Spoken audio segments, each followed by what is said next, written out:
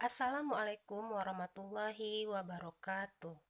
Pertama sekali, saya ucapkan puji dan syukur atas kehadiran Allah Subhanahu wa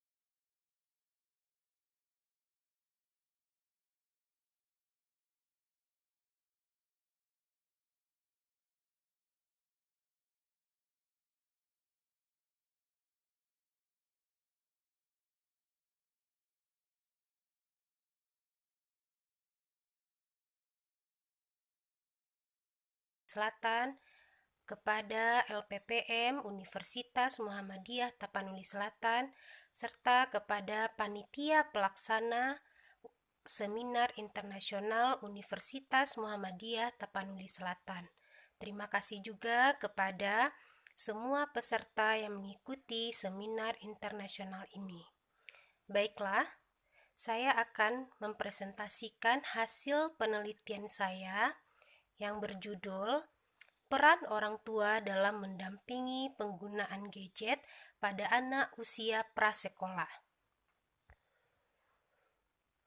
Pendahuluan, perkembangan teknologi yang begitu cepat tentu dapat merubah pola pikir manusia menjadi serba instan.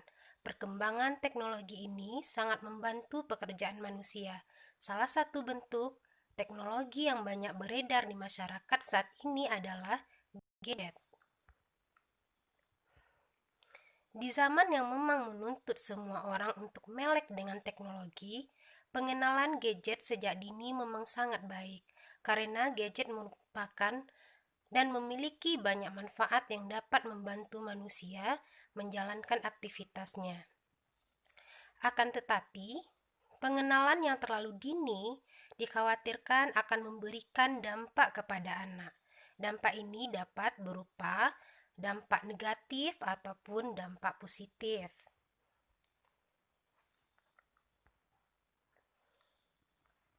Penelitian yang saya lakukan ini dilatar belakangi dengan kurangnya perhatian orang tua terhadap anak saat bermain gadget di Kelurahan Batang Ayuni Jahe, Padang Sidempuan Utara. Selanjutnya, juga ditemukan pemahaman orang tua yang masih sangat kurang terhadap perilaku anak dalam menggunakan gadget. Juga timbulnya dampak yang kurang baik terhadap anak setelah bermain gadget.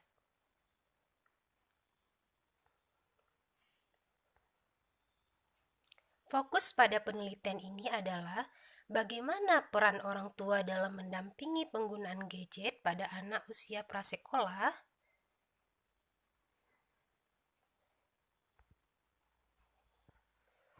Kajian pustaka peran orang tua menurut Sahlan tahun 2002 juga mengemukakan bahwa orang tua adalah komponen keluarga yang terdiri dari ayah dan ibu dan merupakan hasil dari sebuah ikatan perkawinan yang sah dan membentuk suatu keluarga. Orang tua yang sesungguhnya memiliki tugas yang sangat berat karena harus bertanggung jawab untuk mendidik, mengasuh, dan membimbing anak-anaknya untuk mencapai tahap tertentu yang menghantarkan anak untuk siap dalam kehidupan bermasyarakat.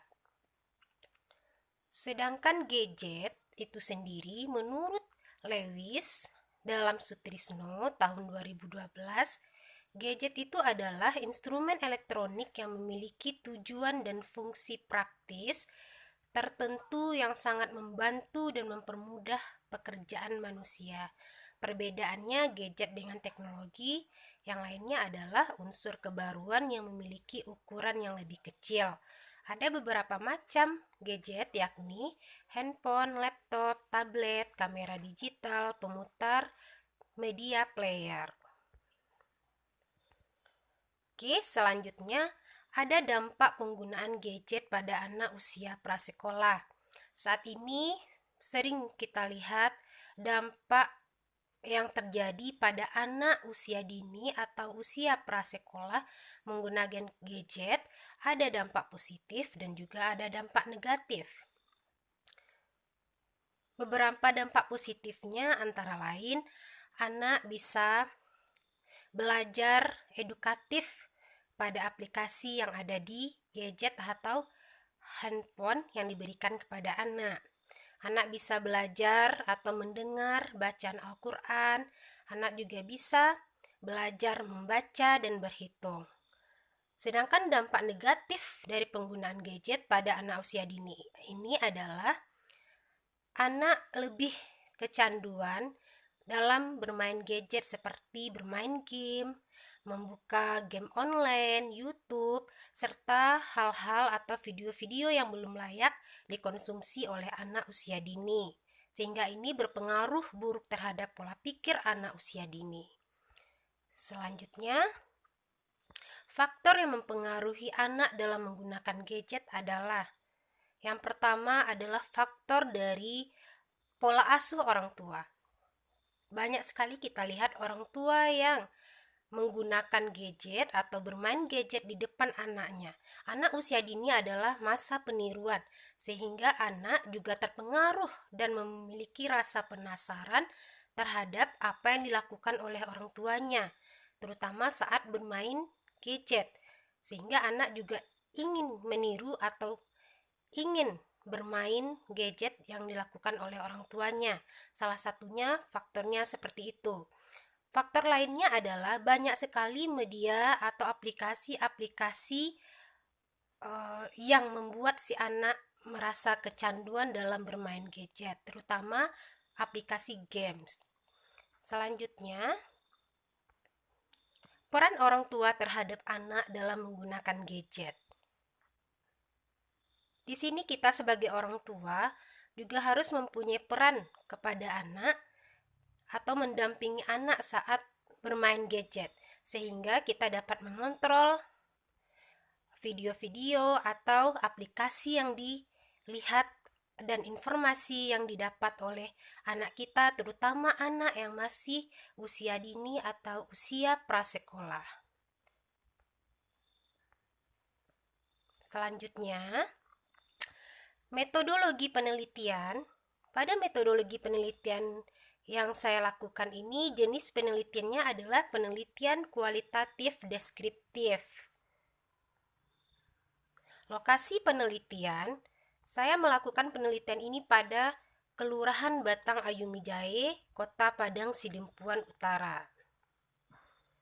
Informan penelitian saya itu berdasarkan kriteria penelitian. Yang pertama, orang tua yang terdiri dari ayah dan ibu memiliki anak usia prasekolah atau usia dini yang aktif menggunakan gadget.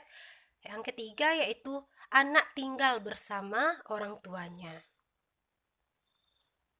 Teknik pengumpulan data. Dalam penelitian ini saya menggunakan teknik wawancara, observasi. Saya sebagai instrumen dalam melakukan wawancara dan observasi.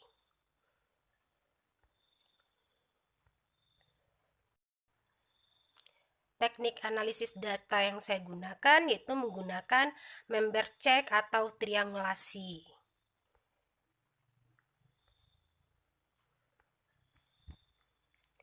Temuan dari penelitian yang sudah saya lakukan yaitu pertama, bentuk-bentuk pendampingan orang tua saat anak menggunakan gadget. Di sini ada dua peran, ada peran ayah dan peran ibu. Peran ayah, bentuk pendampingannya, ayah sangat jarang terlibat dalam mendampingi anak usia prasekolah menggunakan gadget. Ini di saat penelitian saya menemukan karena ayah sibuk melakukan pekerjaan. Pergi pagi dan pulangnya sudah sore sehingga jarang terlibat dalam mendampingi anak menggunakan gadget. Yang kedua, ayah kadang membantu anak untuk mencari video bermain di YouTube. Ayah juga ikut bermain game bersama anak. Ketika anak rewel, menangis, dan mengganggu, ayah memberikan gadget supaya anak diam dan tenang. Ini juga saya temukan ketika orang tua menenangkan anaknya dengan memberikan gadget supaya anak diam dan tenang, sehingga orang tua bisa melakukan aktivitas atau pekerjaan lain. Selanjutnya, peran ibu. Ibu sering terlibat bermain gadget bersama anak. Ini saya temukan pada penelitian ini karena ibu di rumah di rumah bersama anak, sehingga ibu sering terlibat mendampingi anak dalam bermain atau menggunakan gadget. Ada ibu yang memanfaatkan gadget sebagai media pembelajaran bagi anaknya, seperti mengenal warna, hewan-hewan, mengenal lagu, serta menghafal atau membaca Al-Quran.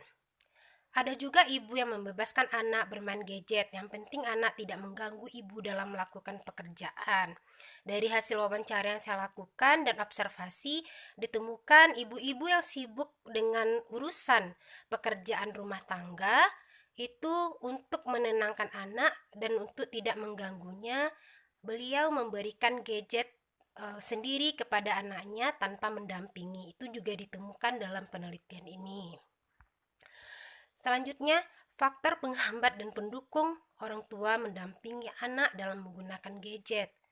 Faktor yang menghambat orang tua yang menjadi informan peneliti banyak bekerja di luar rumah sehingga anak ditinggal dengan sanak saudara.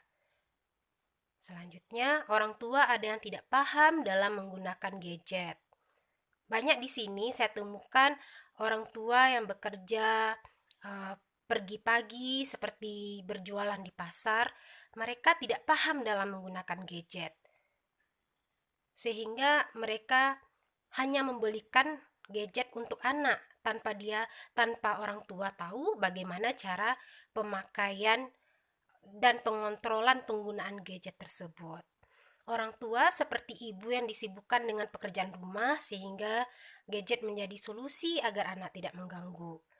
Itu beberapa faktor penghambatnya. Sedangkan faktor pendukung orang tua yang mendampingi anak menggunakan gadget antara lain adanya pengetahuan orang tua mengenai dampak positif dan negatif penggunaan gadget ini pada anak.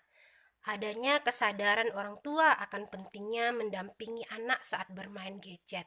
Ini saya temukan kepada orang tua yang memiliki latar belakang pendidikan yang cukup baik, sehingga adanya kesadaran orang tua untuk mendampingi anak dalam menggunakan gadget dan mengetahui dampak positif dan negatif penggunaan gadget terhadap anak yang masih usia dini. Selanjutnya, dampak perilaku pendampingan yang dilakukan orang tua terhadap penggunaan gadget pada anak prasekolah, yaitu kegiatan mayoritas anak saat bermain gadget sudah bisa dikontrol dengan membatasi waktu bermain gadget. Jadi, terlihat sekali dampak dari pendampingan yang dilakukan oleh orang tua saat anak menggunakan gadget. Itu anak bisa mengontrol waktunya atau bisa membatasi waktunya saat bermain gadget. Bisa mengontrol waktu kapan untuk tidur, kapan makan, kapan untuk belajar, kapan untuk bermain, dan sebagainya. Dampak selanjutnya, kegiatan anak saat menggunakan gadget, yaitu bermain game, membuka YouTube yang bersifat edukatif. Selama orang tua mendampingi anak, anak bisa membuka aplikasi yang bersifat edukatif dari gadgetnya. Anak yang didampingi orang tua cenderung menggunakan gadget ke hal yang positif, seperti menghafal lagu dan belajar membaca, dan sebagainya. Anak juga bisa mengatur waktunya. Selanjutnya, saat didampingi orang tua menggunakan gadget, anak terhindar dari tontonan yang bersifat negatif yang akan merusak pola pikir dan perilaku anak. Oke. Dari hasil wawancara, ada juga orang tua yang membuat komitmen antara ayah dan ibu untuk mengurangi pemakaian gadget di depan anak, agar anak tidak meniru perilaku mereka. Dalam hal ini juga ditemukan orang tua yang selalu memberikan gadget untuk menenangkan anak saat tantrum. Justru membuat anak jadi semakin tantrum saat tidak diberikan gadget. Ini juga saya temukan ketika ada anak usia dini ini menangis tidak diberikan gadget, tetapi orang tua supaya menenangkan anaknya tetap memberikan gadget. sehingga anak berikut-berikutnya jika dia tidak diberikan gadget, dia akan terus melakukan tantrum atau rengekan-rengekan. Oke, saya masuk kepada saran. Saran di sini, usia anak adalah usia bermain. Maka orang tua hendaknya mengajak anak untuk bermain, berkegiatan dan olahraga bersama di luar ruangan. Selalu mengantisipasi agar anak tidak terpapar konten negatif dengan pendampingan dan memberikan pengertian kepada anak. Jika sudah taraf berbahaya, maka orang tua perlu mengambil tindakan tegas untuk mengevaluasi pemakaian gadget tersebut. Oke, baik. Sekian presentasi dari saya. Semoga bermanfaat bagi kita semua. Saya akhiri dengan terima kasih. Assalamualaikum warahmatullahi wabarakatuh.